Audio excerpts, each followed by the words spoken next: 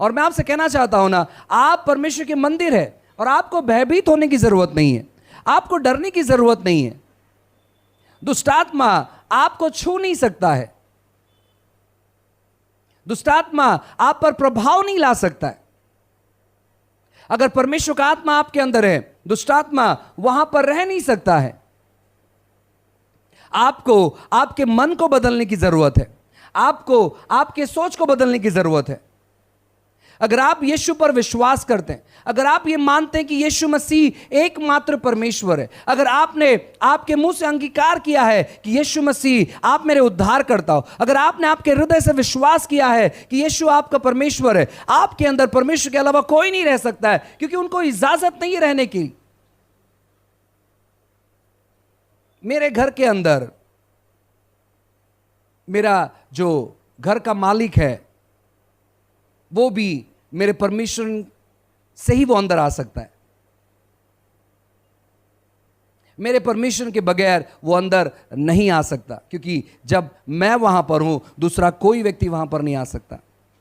आप जिस घर में रह रहे हैं, आपके परमेश्वर के बगैर अगर कोई व्यक्ति अंदर आता है तो वो गैर कानूनी है, उस पर कार्रवाई की जा सकती है, उसे लुटेरा कह सकते हैं, उसे चोर कह सकते हैं। अगर कोई व्यक्ति आपके घर के अंदर आया, चाहे आप वहां पर है या चाहे आप वहां पर नहीं है, तो आप उस पर कार्रवाई कर सकते हैं। वो बिना परमिशन के अंदर नहीं आ सकता है। जब आप यीशु पर विश्वास करते हैं तो पवित्र आत्मा आपके अंदर रहता है, दूसरा कोई भी आत्मा आपके अंदर प्रवेश नहीं कर सकता है। और जहां पर आप रहते हैं उस घर में भी दूसरा कोई आत्मा प्रवेश नहीं कर सकता है। जब जब मैं किसी घर में जाता हूं और मुझे पता चलता है कि यहां पर दुष्ट आत्मा है, मैं उन पर फोकस नहीं करता हूं, मैं केवल उन्हें आज्ञा देता हूं चले जाने के लिए, क्योंकि वे परमेश्वर का घर है, वहां पर स्वर्गदूत होने चाहिए। और मैं इनवाइट करता हूं स्वर्गदूतों को। मैं दुष्टात्मा से ज्यादा स्वर्गदूत पर विश्वास करता हूं। जब मैंने मेरा रवैया बदला, दुष्टात्मा मुझे दिखाई देने कम हो गए और स्वर्गदूत दिखाई देना ज्यादा हो गए।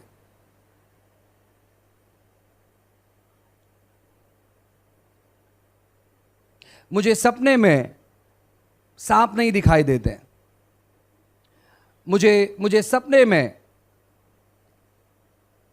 घना जंगल दिखाई नहीं देता है, क्योंकि वो सब चीज से मैं हट चुका हूं।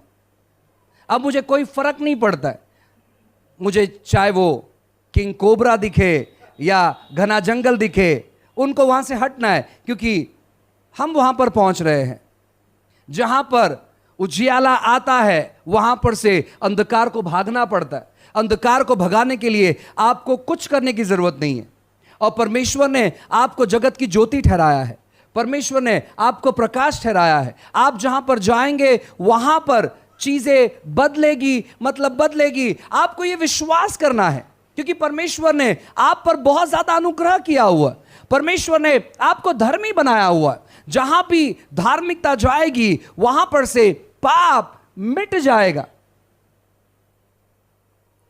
यीशु मसीह के आने से पहले बहुत सारे नियम और शर्तें थे।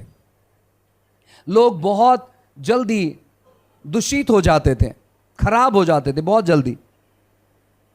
अगर किसी ने जाकर, कोई व्यक्ति मरा हुआ है, अगर उसके बॉडी को किसी ने छू लिया तो वो व्यक्ति लगभग 7 दिन तक दूषित होता था, खराब होता था, अपवित्र होता था, उसे साइड में रखा जाता था,